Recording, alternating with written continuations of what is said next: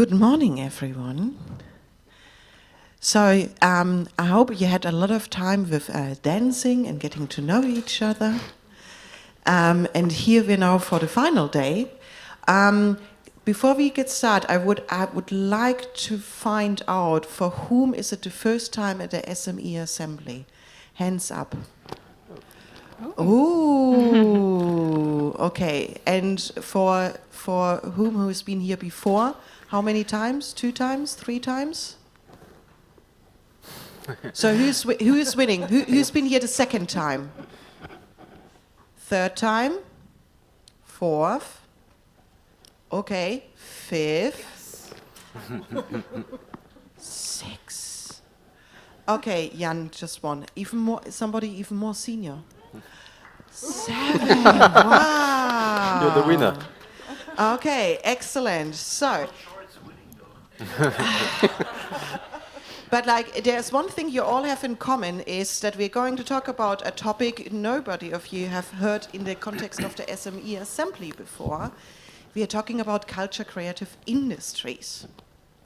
So the reason why we are, oh yeah, that's me, by the way. Hi, I'm Lisa from Climate Kick. I'm in policy. I'm trying to make policy cool again. We're trying to do this with infotainment and lots of sparkle. So the reason why we are now all of a sudden talking about culture creative industries, not because all of a sudden culture creative industry appeared, we know it's been there for a while. The reason is, here comes the policy ploy, is that in 2019, the European Commission has acknowledged officially culture creative industries as a part of the industrial ecosystems. So that's a very mechanical tool. The reason why this is so important is that when an industry has officially acknowledged, means they now have a seat on the table. And that basically, oops, sorry. No, I said I'm going to talk about money. But why is that important? Is that all of the policies, all of the EU programs from here on to come will and have to involve culture creative industries. So you can kind of see it's that the industry is kind of like the new kid in school. It's a little bit awkward still, it doesn't understand all of the words, but it comes with a lot of shiny shoes. We call it EU funding. 19.2 billion euro have to be spent for the culture creative industry until 2027. So let's help them a little bit. The reason why we at Climate Kick are talking about culture creative industries is not only because we at Climate Kick, it's the knowledge innovation community from EIT, which is the European Institute for Technology. You see something? Nothing culture creative. So for the culture creative industries, that means it's you're going into a system which hasn't been built for you, which also hasn't been acknowledged the power of culture creative industries. Instead of getting upset about it, we are just very pragmatic and say hey, how can we go into the system? We at Climate Kick, the reason why we care is not only because I just came back from COP, is that we know that the dirty secret is that all of our green transition programs, net zero cities, coal exit programs, they also have one thing in common. They're not going to be fast enough. Until now, it's if you look, it's if you want to hit our target until 2050, at the moment, the way how we're going is we're going to be too slow. And because of that is, besides that we have a lot of fancy methodologies, there's a lot of programs out there and we're trying to push, but also with Climate Kick, since we're the biggest EU institute for innovation in climate change, we always have to look for catalysts. We have to look for the people who can help us to speed up the green transitions. So for us, the sustainability climate change people, culture creative industries are our catalysts. Because with emotions and with art, we can speed up the green transition. You might have seen that little movie called, Don't Look Up on a certain platform. I think that has done more for the climate change awareness than, quite frankly, a lot of EU policies.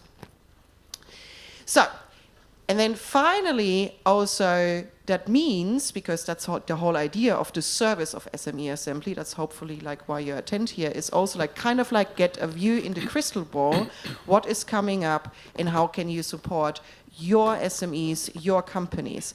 Quite frankly, what is coming up now with all of the EU fundings is like if you implement culture creative industries partners and methodologies, it will be beneficial for your application on EU funding. Also, did I mention that 90.2 billion, which is like floating around? So that is a very strong strategic pointer. And now I come with a service of like a whole bunch of fresh faces, besides Martina being like the most experienced one and building. Oh yeah, that was. See, like, this is the thing, it's like you should never get like a German as a moderator who tries to be funny. That's like the first fail. Okay. So we have here a bunch of people who will tell you about their fantastic projects they already did in culture creative industries. Also who, very happy to be partners in projects or just like to mingle with you and explain the power of culture creative industries. And then also, just as you forewarning, we have a plan that we're going to finish on time because we want to have enough Q&A. So like, yes, and we're not leaving the panel until we have questions. So, let's start the show. We will do 2 rounds. The first one is like everybody will introduce themselves and talk about what they've done so far. And then we'll do another round and we will talk about the future, what can be done and what should be done in the context of supporting SMEs, speed up the green transition, and the rise of the new creative class. Ladies and gentlemen, lean back and enjoy the show. This is the first generation. Congratulations. Thank you. You can clap. Oh, and see, like here, this is efficiency. We even found a second microphone. But you get a clicker. You don't need a clicker? You need a clicker? You need a clicker. Excellent. Okay, so Martina, you are a member of the European Parliament. What have you to do with culture creative industries? I will start with in another way. This is the first year of culture and creative industries here in SME Assembly. And you know that we too met thanks to SME Assembly last year. Thanks to great application. So we know each other thanks to SME Assembly, which is great. I think this is really great. Well, good morning, everybody. Good morning, everybody here in Prague, in my hometown, and good morning to everybody who is following online. I am a person who never turns down an opportunity to reassure creative people that I am on their side, because this is something which is really, really dear to my heart. I am convinced that the politician should not only approve legislation, come up with amendments, trying to solve crises which come and go, but should absolutely have the main task to support and foster talent of people. And talent is something for me which is a definition of culture and creative industries. And by the way, we were using the word talent in last mandate when we were establishing the intergroup on culture and creative industries. So the word talent was the secret word, because if not, we would never establish it in the parliament. So what do I have in common with culture and creative industries? I would say a lot, because my history goes before my political career. I started mapping of culture and creative industries in my region, in Zlín region, one of the 14 regions of Czech Republic, when I was president of Chamber of Commerce. And it was so strange, asked by the Chamber of Commerce to do the mapping of culture and creative industries. Everybody was like shocked. Why? Why Chamber of Commerce? But of course there is the connection. It was small and medium-sized enterprises, creative industries, and we needed to push on this future of creativity. So we did very good mapping. It was the first region of Czech Republic. And the conclusion of this mapping was establishment of the creative cluster. And my region is famous for architecture, design, industrial design, and film industry. So we have these three creative sectors in the region. And the cluster is still there, is working very well. It's doing a lot of activities. I am still on the board of this cluster. So for me, this is absolutely natural support for creative and cultural industries. When I arrived in the European Parliament in 2014, this was the first thing I did together with our dear colleague from EPP, Christian Eller. We started intergroup on culture and creative industries. And I can tell you it was not easy in 2014, because when we were proposing in our political groups to establish this intergroup, everybody was saying, why you need to do it? There is a committee on culture and education, there is committee on industry and research and innovation. Why you need to create intergroup on culture and creative industries? Exactly because we needed a horizontal support for creative industries. And of course, there were colleagues from Committee on Culture, colleagues from Committee on Industry, colleagues from Committee on Employment, who were interested in the task of creativity. So we needed to create this group, which was really horizontal in the Parliament. It was very successful. I'm very happy about this experience in last mandate, because we changed a lot. And you are right, we are in a historical moment. We really changed a lot in CCI, CCP, everybody's calling it in different way. But, and that's interesting as well, because there are so many definitions, so it's very difficult how to classify the culture and creative industries. But what we achieved, and I consider this as a big success, first, as you rightly said, culture and creative industries are part of official ecosystem, of official sectors in Europe. But the other thing is that we put our finger in the budget. So we created a subchapter in Horizon Europe program, where we were working on, I was working on behalf of Renew Europe on Horizon Europe, and we created this subchapter for creative and cultural industries. And you know maybe better than me that in politics, sometimes naming the subchapter of budget with some name is even more important than putting money in that chapter. Because if you have a name there in the budget, is a symbol of politics, okay? We are caring about this sector. So this is what we achieved. And I must say that now, in this mandate, okay, I am now Renew Europe coordinator in the ITRE committee, so still working on creative industries. I am co-chairing intergroup on SMEs, and of course, like absolute majority of creative industries are SMEs. So we are taking care of creative industries as well in our intergroup. And we are absolutely, in the Parliament, we are absolutely in a historical moment, because such a support to creative industries, there was never ever before. So what changed in last 8 years, or 10 years since I started mapping as a Chamber of Commerce, it's incredible change, incredible. There was never in history such a support we are having right now in Europe. And we need really to use this support and work with it for the future. Thank you very much. Also, like, I hear historic. Did you hear this historic thing? Like, you know, this is really important. Also, I'm really happy to have Alessandro here, not only because you're an architect, but like you went inside for a while into policy, and now, what are you doing now? Okay. Tell us. Thanks. Yes, I'm an architect, but I'm a fake architect. Because I graduated in architecture in Italy, but then you have to have this one last exam to actually sign a project of architecture, so when you build things. And so I've always built some form of immaterial things, no? And so I had a trajectory at the beginning. I had my own small business always. I was between Barcelona. I spent some time in Miami, also with the business over there, and then I came back, and like you said, I entered the commission. It was 7 years ago, and that is in a place that was set up to bring in, let's say, design, some methods of design, in EU policymaking. So that was a bit the challenge. what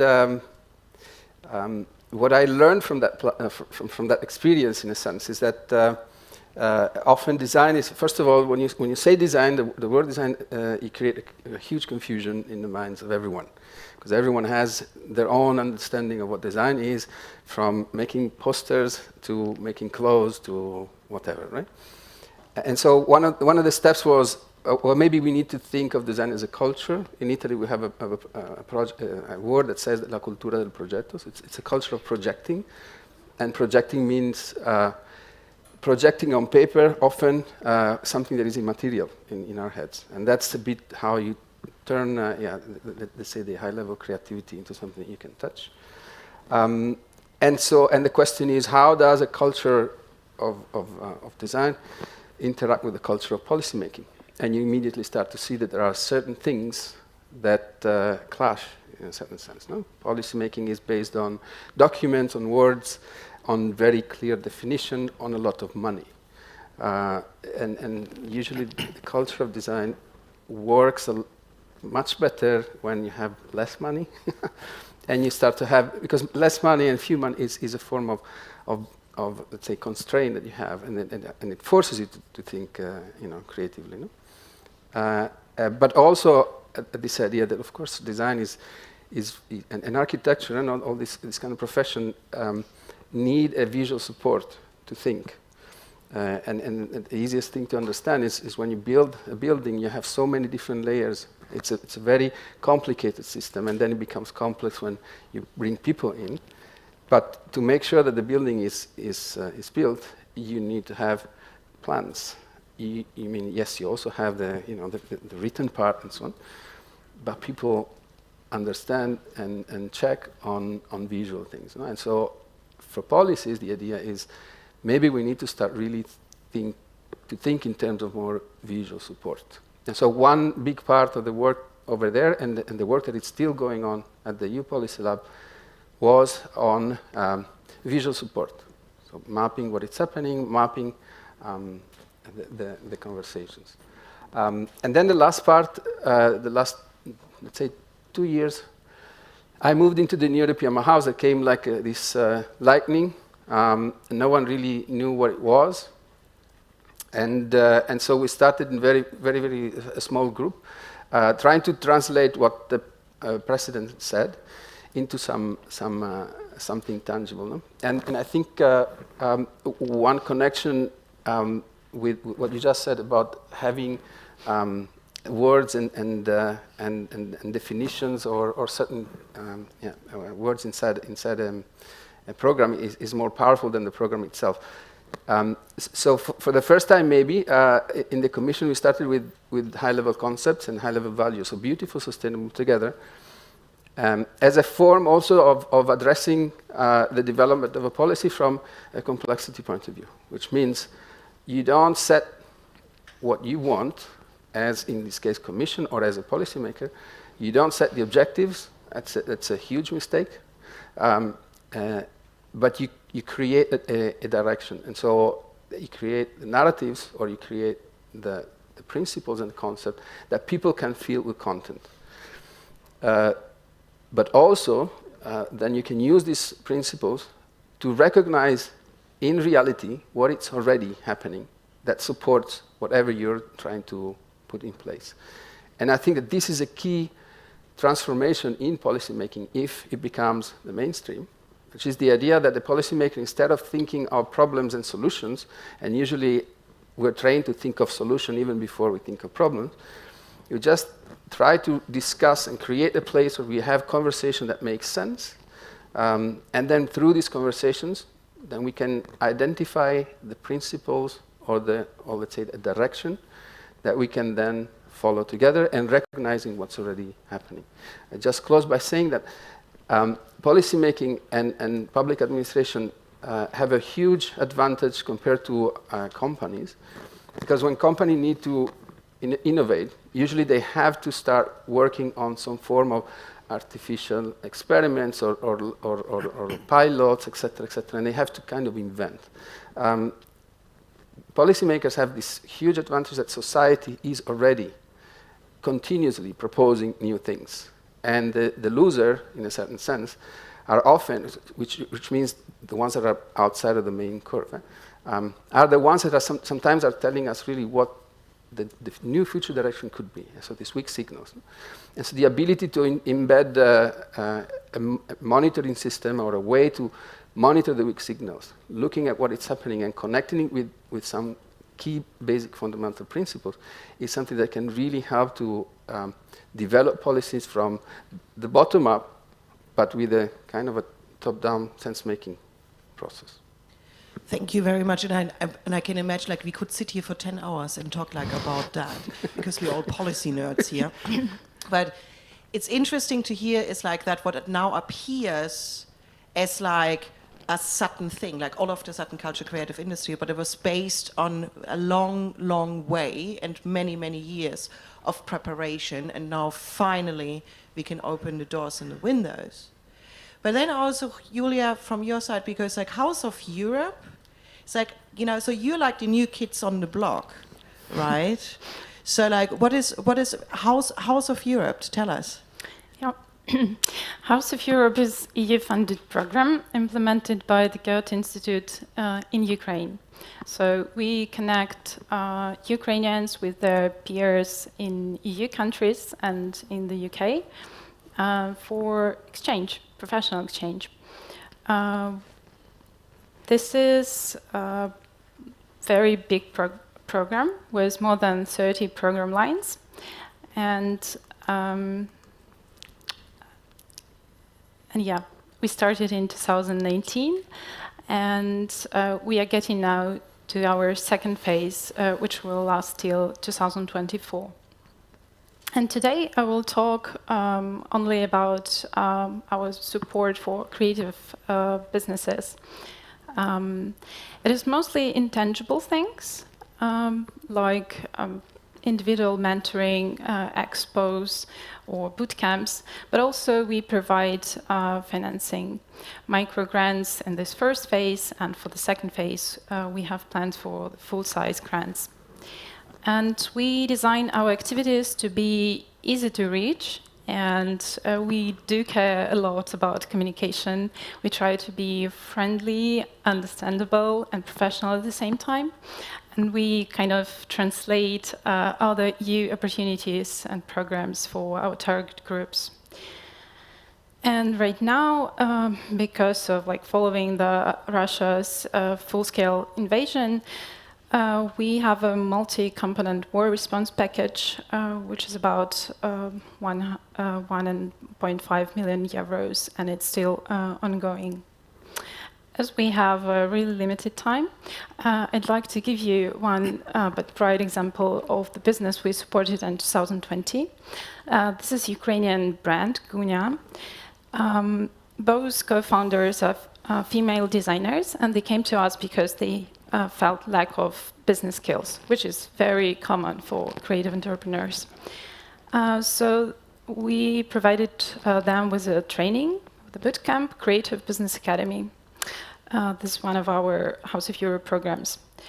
I like this case because, first of all, during these turbulent years, they managed to not only survive, but also extend and flourish. And secondly, because I like the philosophy of this brand. Well, they think about their products as family treasures that could be passed to other generations, not as something that will be thrown away in the next season. And I like it in particular because during the Soviet occupation, many families, like Mike, for example, we lost our family treasures, and this is kind of a way how we can have them back. Because their products, they're based on our folk crafts, and they work with craftsmen, which is also really good because it brings additional social value. Because these people mostly, they are not really good in selling their skills, and they employ them. And last week, they had a birthday of their ceramic production, so it was 3 years for them. And you see pictures from the last week, how their ceramic production is going now with all the electricity cuts that we have in Ukraine. And it doesn't stop them. And obviously it is difficult, and they have more spoilage because of ovens for ceramics require a lot of electricity and stable temperatures during the process. But they keep going, they keep doing it, and I think it's very inspiring, and it shows this resilience that we are talking about here in this conference, and how we can cope with challenges and still going. Oh. Thank you very much. So, I'm particularly happy that you made your way here and like shared the story with us, is because this is something we have to keep talking about. It's like, the European values of heritage, but also like now with culture creative industries coming in and actually to develop a methodology for resilience through culture creative industries, how we deal with crises. And then also, again, have a catalyst in that, is because, heritage, craft, arts and culture, we know is healing. And it can also help us with policy, but also with like bringing us all together and unite us. And we can build methodologies around it, and that's why I brought Arthur in, our methodology master, because like also, besides that we have to name things, we also need a lot of data. And it's always really difficult to put like culture into bottles. It's easier with technology because you put numbers in spreadsheets. But like, it's like you took on for many years also the memo task, or like how can you define the impact of arts and culture in numbers, data and figures. How far have you come? Good question. Thanks a lot, and happy to be with you today. Thanks a lot for the invitation. So my name is Arthur. I have the point. I'm director at KEA European Affairs, which is a Brussels-based consultancy and research center. So what we've been doing for more than 20 years now. Oh, yeah. Is it better? Yeah. Yeah, okay, thanks. So what we've been doing since 1999 is actually to do two things: help policymakers to understand what cultural and creative industries are and how they can work with them, how they can support them, and work with the sector to empower it, to unleash its potential to deliver in its artistic and cultural impacts, delivering its economic impacts as well, to help them structure their activities and become stronger and more resilient together. That's what we've been doing for more than 20 years now. If you look at what we have done in terms of demonstrating what the cultural and creative industries are, how they can, what is the value, and how they can actually make a significant contribution to our economy and society. We started back in 2006, and back then we did the first economy of culture study, and since then we've done multiple iterations of this kind of economic mapping of culture and creative industries. And I'm not gonna hammer you down with figures, but just to give you a sense of what the cultural and creative industries are, it's a sector which is similar to ICT, the ICT sector, for instance. When you look at all the main economic What is ICT? Information and communication technologies, the tech sector. But also the food, accommodation, food and drink sector. So those sectors which are kind of understood as either traditional pillars of our economy or one of the most promising sectors of our economy. Well, the cultural and creative industries are exactly there. They are in the same space. So that's something that we really want policymakers and people to understand. We matter. So we've been working on this for a long time alongside the constellation of actors and people. I see some of them in the room, to demonstrate that culture and creative industries should have a seat at the table. That's something we have been working on a lot. Then we have been also working on wicked issues for the cultural and creative industries: access to finance, business skills, networking, structuring a fragmented sector because it's so many small companies. So we've been doing lots of projects around that with the sector. We have created Impala, which is the main trade association for independent music labels. We have done something similar for film producers. And recently we've been doing a lot of work with the European Investment Fund on facilitating access to bank loans for the cultural and creative industries. So we've been doing all that in terms of empowering the sector. And then the other aspects that we are working on is rather to look at the other dimensions, because it's great to say the cultural and creative industries are a great economic force, but that's not at all the only thing they are. They're also great in, let's say, delivering social impacts as well. And now the challenge is also to demonstrate how they can better contribute to the environmental challenges that we all have. So that's what we've been doing. It's basically to demonstrate the contribution to unleash the potential of culture and creative industries. And we have been doing that at EU level, but also with cities, with regions, with national governments. And last but not least, to connect cultural and creative industries with other sectors, with partners, to make sure that they can actually deliver their full potential today and in the future. And I very much welcome as well the work that Martina mentioned as well. Today we have a seat at the table, it's great. Now we need to make the most of it, we need to make the right connections, and I think being here at this SME Assembly is one way of doing that, and I very much look forward to exchanging with you and hopefully to working together. Thank you very much. I'll just remind everyone, you can ask questions, you can use the app, don't be shy. We're not going to leave here until we have questions. We're going into the second round.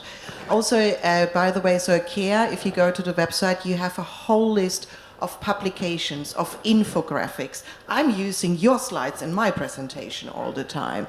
So there's, again, a lot of work has been done already. You can hit the ground running, use all of the data, the stories, and especially those wonderful people.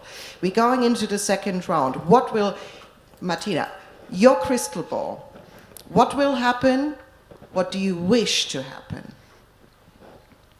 Well, I have a couple of ideas even after interventions because it was great. Thank you so much. It's really an honor to be... you're catching me at my strategy also that it's about like getting you together. This is efficiency. You know, as I met you at the SME Assembly, I am meeting other people, so I think that's important. Well, first of all, we know, and this is not a secret, that cultural and creative industries have a real potential to become engine of the EU economy. What happened during the COVID pandemic is really something strange. I should not say this as a politician, but on one side, culture and creative industries were helped by this crisis because we started to talk about them. They were the third sector mostly hit after automotive and the big sector and the tourism sector, but we started to talk about it. So we started to understand how much we miss this sector during the pandemics. And I think this was very interesting. And second point there, only thanks to creativity and flexibility, they survived. A lot of these small and medium-sized enterprises, a lot of creative enterprises really survived thanks to flexibility, which maybe big companies didn't have, and they didn't have the same creativity. So we should use this momentum, we should use it more. Second point, we need to define better our goals. We have great ideas in Europe, we have great projects, but we must avoid being abstract. I'm thinking now, for example, about New European Bauhaus, which I personally love as a project. We need to be more concrete. We need to explain better to creatives, to SMEs, to wide public, how they can benefit from it and how they should participate. And I really, believe me, I love it. I am talking about it every week in some event. Last week in Villa Tugendhat, which you can imagine how nice it is to speak in Villa Tugendhat about New European Bauhaus. But we need to be more concrete to make understand better the real opportunities. Third, what we can do immediately and easily is sharing ideas, sharing best practices, sharing projects in Europe. Because only if you share, you can connect people. And this is not a phrase, we really need it. And in creative sector, more than in any other sector. So we need to connect people from different industries with different experiences. And I am working, for example, now in Czech Republic on creative workshops, which I am moderating, I am paying, of course, I am organizing, and I am putting together all creative people from different clusters, hubs, design, architecture, marketing, you name it, everything. And they finally sit together and talk together.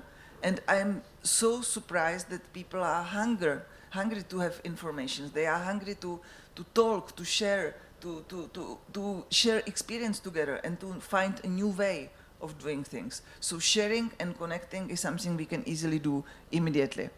And my fourth point, and thank you, Artur, for that, is data and evidence. We just need it as policymakers. I will be very open to you. If I need to defend any idea at the level of European Parliament, I need data. I will never make it without data, or at least as I see the politics. I think that politics should be evidence-based. So if I don't have data, I cannot convince the others. And of course, we still have some problems because there are different statistics from one member state to the other. Somebody is considering some sectors in creative sector, somebody not. So we need to make this right, but we need this data. Only with the concrete data we can do real politics and policy making. And my last point, and sorry Lisa, but I wanted to finish this. What I really wish, and what is my wishful thinking, as you asked me, why, when in a couple of years somebody will ask me, why are the cultural and creative industries so important? I am just wishing that everybody will immediately say, because they are catalyst of structural change and they are catalyst of European economy. So this is why they are important. And nobody will have doubts about that. This is my wish. Wonderful, and we'll make T-shirts out of Yes. it. Absolutely sustainably made. Alessandro, there's a reason why I put you next to Martina, because like you are our crystal ball for the new European Bauhaus. How, you know, what will come? What has to happen? Yeah, no, I will start really bad by contradicting an MEP. The new European Bauhaus should be less concrete and more forests. But it's no. One of the really key things is that we really need to allow whoever is out there to translate what the new European Bauhaus is in their own view. And so I think new European Bauhaus will be more concrete as long as people will start to getting on it. No? And if we kind of start to put too many boundaries or constraints now, we risk to just block some things that could happen. Could you quickly explain what the new European Bauhaus actually is? From the outside now? Okay. Pitch, 2 sentences. Yeah, in 2 sentences. Yeah, no. It's make it concrete. Yeah, and so I make it connection also with complexity. Okay. A new European Bauhaus is a way to allow people who are working on beautiful, sustainable, and inclusive, collaborative places to come out and say, hey, this is what it is. From our point of view, in our place. Okay? So New European Bauhaus is whatever people out there think it is. And this is the powerful thing. Yeah? It would be a huge mistake to say New European Bauhaus is this. Of course, there are certain things that need to be achieved, no? But don't take my word as what it is, because now I have nothing to do with it, right? Kind of. We can shift to your crystal ball. Yeah. Then the wish. One is to slow down, meaning that we're doing a lot of different things, and one key element of being creative is observing. And one way, maybe a powerful way to slow down is to be grateful. We live in a period that um, probably needs us to be grateful for several different things. Some need to be grateful to be alive, and some need to be grateful to have achieved and to be in a place that allows them to do what they're doing. So maybe that helps us to also make sense of or think of what we're doing here. And then this idea of maybe as an SME embrace complexity, which means being able to work without this obsession for being competitive. Nature works because several different identities work together, and none of this has in their objective in their mind to be the species that dominates nature. That's only us who do that, and so that's maybe we need to kind of step back and relearn how to recreate the natural space that, in theory, we were born into. So working on that will help also businesses to start think, okay, how can I relate with what I now call provider and clients in a way that is different, and it allows me to be also more resilient because I'm not depending only on them in very specific lines and flows. If you have the same feeling that you want to spend far more time with Alessandro to talk about this, you're actually running a meetup in Brussels on a regular basis, Yes, right? yes. Give it a plug. What is it? How can we get involved?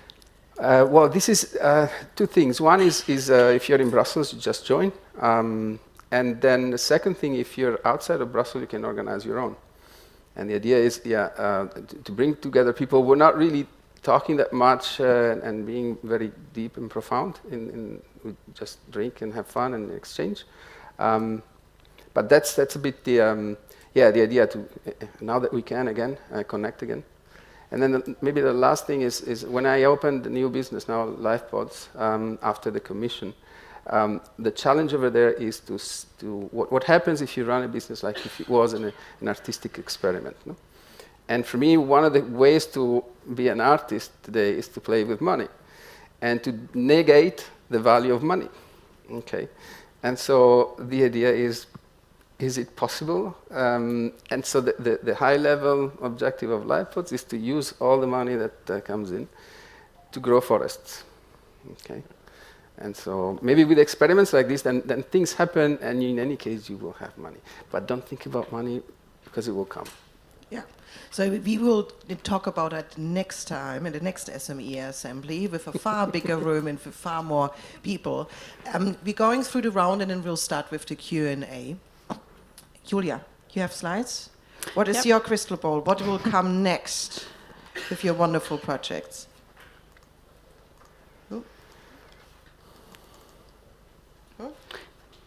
Okay. No slides for now. It's okay. Well, my part of the speech this time won't be just about creative businesses, but about culture in general. I want to say that I'm quite happy that we are sitting here talking about creative class, and I'm being part of it. And I'm happy that we are together in this room, together in this assembly. I think this is very important that we are sitting together, and we see each other and we can hear each other. I'd like to say that culture is something very important for the progress of the society. And when we talk about the future, and when we talk about the green shift, this is something that that helps to have it. As culture supports people in changing, in their behavior change.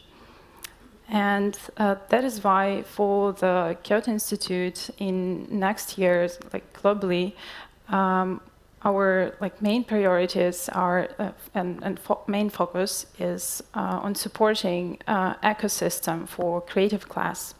And we will continue working on cultural projects as they change society and they change people, including entrepreneurs with their design of the products, thinking more greener. And for the Ukrainian context, with House of Europe, we will continue focusing on connecting people because we believe that this is also something very important for changing society in a more sustainable way. Of course, we'll mitigate the impact of war and underpin Ukraine's accession to the EU. We will continue training of creative SMEs, and we will have a cross-cutting view on ecological sustainability in all our program lines, which are not only about culture and creative industries. So this will be our impact, I hope. Thank you. Fantastic. Thank you very much. And again, you should have your own panel with all of those projects, right? It's like we need more of that. Excellent. But also structurally is like a pointer to Goethe Institute on its own is because, so this is like a typical policy shift. It's like if you want to start something very quickly, it's like you usually jump on a bandwagon of an existing system. And this is basically what happened with the Goethe Institute. It's like that the Goethe Institute is actually running several projects for culture creative industries at the same time. There is House of Europe, there's also Creative Flip, there is Creatives Unite, which by the way just published a financing tool for not only small, medium-sized businesses, but also for solo entrepreneurs, because this is also like a very important policy pointer, hello Martina, is that especially in the culture creative industries, we're not talking about, it doesn't start with small businesses, it starts with solo designers who are not even maybe a business themselves, but they're freelancers. And that is in terms of data, it's like we have to map this out and name it, that we have like, there is another letter needed before the SME when we bring culture creative industries in. That was a nice bridge for you. Thanks a lot. Arthur. Yeah, and to be honest, this is not necessarily making my life very easy when it comes to research and scraping for data, because it's always very difficult to get information on freelancers' activities, etc. But that's also something I want to pick up on in terms of, let's say, vision for the future. Because when you look at the power of culture and creative industries, we make nice narratives. I make nice narratives on how they can deliver on so many issues. But we need to make sure that we're not forgetting also that it's a contrasted sector as well. We've got very large multinational companies there, but most of the people working in these industries are from micro to solo companies to also, well, SMEs as we know them. But the vast majority of creative industries are quite small. And they're also small, but need to do things beyond their scale. They need to go international because the market is global. They need to, they are convinced that they can address environmental challenges, so they go for it. But then we need to make sure that in the future we also work with policy schemes that make sure that we don't sort of burn their wings as well as they, let's say, throw themselves into addressing some of our wicked issues. So if I look at the sort of future, what I see is that a mix between nurturing the sector still, even if it now has a seat on the table, we still need to be very careful around some sort of elements of fragility within the cultural and creative industries. So we need to take a deep look at sort of subsectors within it, situations in some countries, etc. We need to be careful here. However, on the other side of things, I see the cultural and creative industries really championing change in our society, and especially we mentioned the role of catalyzing, let's say, how we address environmental challenges, for instance. That is definitely something that I see moving in the sector and that will grow in the years to come. So just to give you two quick examples, for example, I think that the cultural and creative industries really have a role to play to make sure that the smaller players also play their part in addressing environmental challenges. Of course, there are many things going on with bigger players, and for example, the fashion industry is one of the main polluters. It's part of the creative industries. While there are lots of initiatives around more sustainable fashion, etc., more needs to be done. We'll see what happens there. But I want to flag the role of creative industries in promoting innovative solutions as well for smaller SMEs. So there are two things that I can flag at this point. One is the role of Impala, that's the indie record labels network that I mentioned earlier. It's a fully independent association. We created it back in the days, but now they're fully independent. And they created a tool for their members, which are all quite small record labels operating in very different countries. And they created green tools to make sure that they can measure and adopt greener practices in the future. So that's something major here. We're looking at a network of many companies which are between 5-10 people who are all working together to address the situation. So I think this is also something that we can learn for other sectors. The second thing is video games. It's the new kid in the block. You said it earlier, I'll steal that expression. Video games, it's a very recent industry. It's 30 years old max, but it's really grown over the past 15-20 years, let's say. If you look at video games, they're already investing. They have a club called Game Forest, which is sort of pooling together resources so that all smaller developers can also play their part to address environmental challenges. And that's just the beginning. So what I want to say here is that there is a role for creative industries to innovate and to help also the sector to address some wicked issues in our society. And second, there is a wider role to play, which is to influence behaviors, influence emotions, influence communities, to work together towards addressing our wicked issues. And we all know that one of the main issues in taking action is the lack of sort of emotions, irrational dimensions that actually get us to act. And the cultural and creative industries can really play that part. So if I had to say one thing, it's really to invite you to work more with creative industries. It's easy to say, it's not necessarily easy to do, but you can get in touch with us, we can connect you. There are some people in the room as well who can make these connections happen. So there is no excuse now to not work together. So I hope we'll get to continue speaking, continue exchanging, and make these collaborations happen. Thank you very much. And also, like, because like, we've known each other for many years, and like we've, stealing our terms about like arts and culture is like the agents of change because they're everywhere in all industries. And now I'm stealing the kind of like, there is no excuses. That's like a really powerful sentence for a policymaker to do. We at Climate Kick, we've just been at COP, and for the first time, COP is like just happened to be like the biggest event around, climate change. And for the very first time in the Innovation Pavilion, we ran a track day on culture creative industries. So what we are doing is like the old institutions, we are sitting inside and we are opening the doors and giving them space. And for the first time ever, we've done that a couple of weeks ago. And we talked about fashion being like one of the biggest polluters, being left alone. And now all of a sudden we're looking at data and we're like, oh, okay, good. With an industry which has 30 to 40% overproductions, if we want to generate impact and save net zero carbon footprint, we started this industry. And by the way, since the COP, the fashion industry is considered a part of the oil industry. So game on, people. So fast fashion will have a really difficult time. And the other part we've also been looking at was digital arts, because also digital economy is growing as a footprint. If the digital economy would be a country, it would be the 7th most polluting country in the world, and it will grow. And we introduced the Sustainable Web Manifesto, which we have in collaboration with the Mozilla Foundation, and it actually started as a guidance for web designers how to develop websites and applications in a more sustainable way.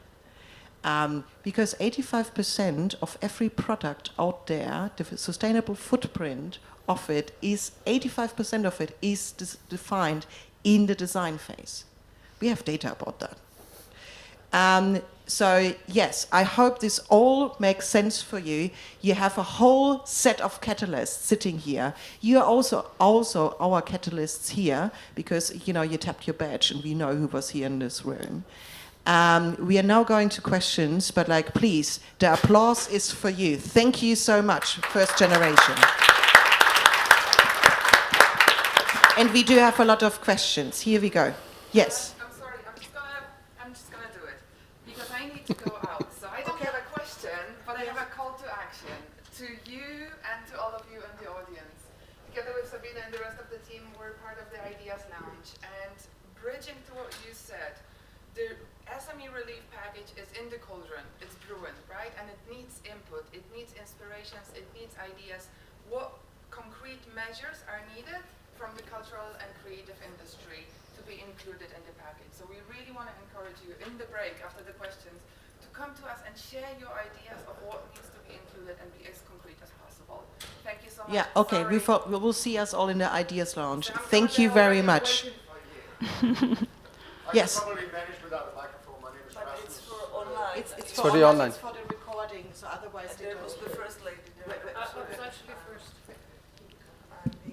My name is Rasmus Cherning. I'm from Denmark with Creative Business Network, and we've been talking about all the wonderful things about the creative industries. But it says the creative class, and as far as I know, all the creatives, or many creatives, are they're unemployed. They're badly paid. I think the rise of the creative class also shows the rise of a second-hand kind of citizens. So could you elaborate a bit on how we get over that?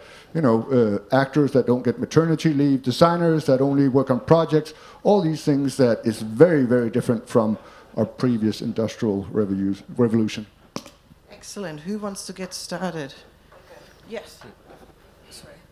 Well, a very good question, but I don't think we have time to explore this. What is interesting, I told you that I am working now. I am now working on this workshops for creative people in Czech Republic, and what is really super interesting, that we went to a conclusion that it's not that they need money or financing immediately from the state or from Europe or from regional level.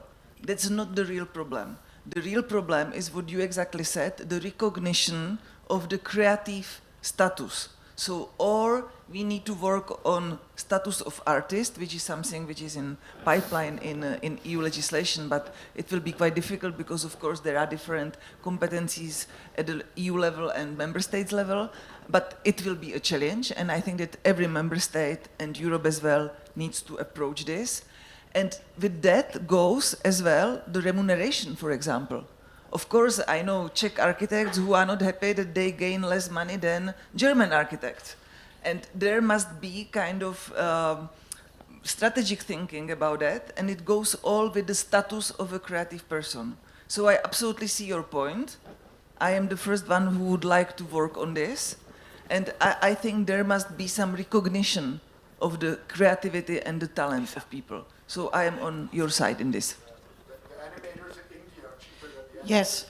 See, but this is exactly the homework we have to do. Also, it's I saw here, it's all of those initiatives which have been talked about. We need to have a consolidated list and publish it and point, where can we go? So again, Ideas Lounge. We have one more question, and again, have I mentioned that we are meeting at the Ideas Lounge afterwards because we have to consolidate, please. It's not a question. It's just a small comment on how the creative industries can work together. My name is Laura Rojas. I work for Ninjas in Pyjamas, which is an esports organization. I was with Lita at Coop, where we actually talked about a project that we're working with FILA, along with the Fashion Innovation Center. Just as Lisa said, fashion is the biggest polluter in the whole world. One of them. Yeah, whatever. One of. Yeah, but again, if we're part of the oil Culture, industry... in the culture creative industries, the biggest polluter is fashion. That is, Okay. yeah. We work with game design. We are gamers at heart. We play video games for a living. So by unifying the knowledge of Fashion Innovation Center in supply chain management taken from the car manufacturing industry, talking with FILA and with Ninjas in Pyjamas, we have created a small ecosystem. The only way for all of us in the creative industries to work is for all of us working together with bigger players in order to actually, as you have said, and more people have said, catalyst into better and bigger things. Thank you. Okay, Jan, just quick. I will repeat my mantra that I've been saying for the 3 days. We need to work together. Yeah? So there is a kick on culture and creativity that has started. Of course, things are maybe slow in the start, but I would like that you guys engage as fast as possible with the kick on culture and creativity, and not create separate tracks. Yeah. Just quickly to that is because, so like the climate kick, because we are the most senior, we will have a partnership, you know, also like we've known each other for many years. Guess with whom I'm going to talk this afternoon. So yes, because also the mantra is like not yet again another platform, because we simply don't have time. We're using data to consolidate, we're using all of the existing programs and simply just create bridges, because what has changed is the pressure and that we're running out of time. So like, and the healing part of it is culture creative industries. They're the bridge builders, they're the glue in the system, they're the oil in the system, bringing everyone together. And now imagine we tell them, be aware of your power. Because that's what's happening now. And we bring them data and stories and experience, and we will do this over and over and over again. So see you next time at SME Assembly. And in between, build bridges, be the glue and be the oil. And we see us at the Ideas Lounge now. Thank you very much.